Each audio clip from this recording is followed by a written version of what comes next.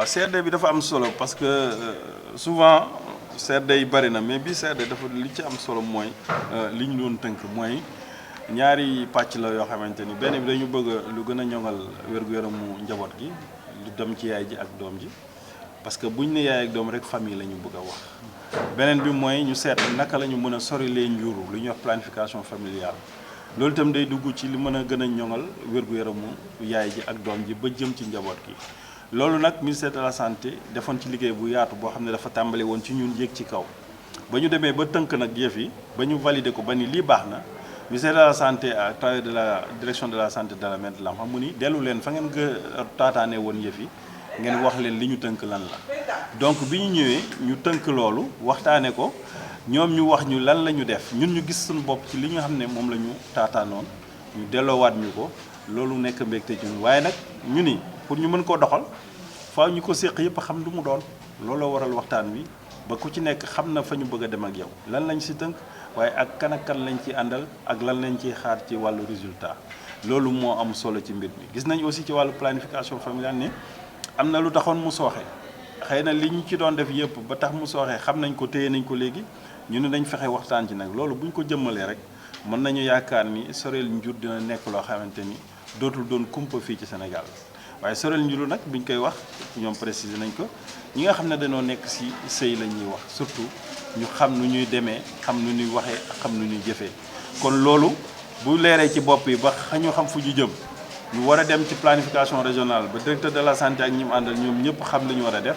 foog naa ni ñun nag am nañu sañ-sañu ne leen nag comme jox ngeen ñu lii ak lii te wan ngeen ñu yoon wu ñu war a jaar ñun lii lañ leen di indil ci résultat te fas nañu yéene indi résultat pour que région de Thiès améliore santé de la mère et de l'enfant mais aussi gën a jëmmal planification familiale. Aujourd'hui on était là pour partager sur deux plans le plan stratégique de la santé de la reproduction mais aussi le plan d'action budgétisé de la planification familiale. Ces deux plans quand vous regardez touchent la santé de la mère et de l'enfant. C'est pourquoi on a voulu partager aujourd'hui et c'est un plan qui est déjà validé par le ministère de la Santé.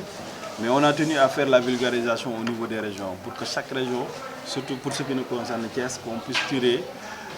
la quintessence même de ce qui nous intéresse à ce niveau pour partager et implémenter toutes les infrastructures, mais toute la population de Thiès. Il fallait donc partager le plan pour que les gens sachent les attentes, connaissent les attentes, mais aussi connaissent quelles sont les stratégies qui sont définies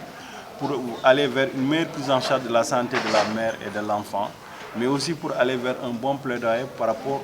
à la planification familiale, qui intègre bien sûr la santé de la mère et de l'enfant. Voilà donc ce qui était l'objet de cette rencontre d'aujourd'hui et qui a réuni l'ensemble des acteurs, l'ensemble des parties prenantes, mais aussi tous ceux qui nous accompagnent dans le déroulé de la politique de santé au niveau de la région. Parce qu'en matière de politique sanitaire, on a besoin d'un engagement communautaire, parce que tout ce qui nous permet d'atteindre les résultats repose sur la dynamique communautaire. C'est pourquoi on a voulu intégrer et impliquer tous les acteurs au niveau de la région de Thiès pour qu'ensemble nous puissions partager, connaître vraiment les grands axes de ce plan, mais aussi connaître les stratégies qui nous mèneront vers les résultats pour qu'au moment de la phase opérationnelle, c'est-à-dire de la mise en œuvre,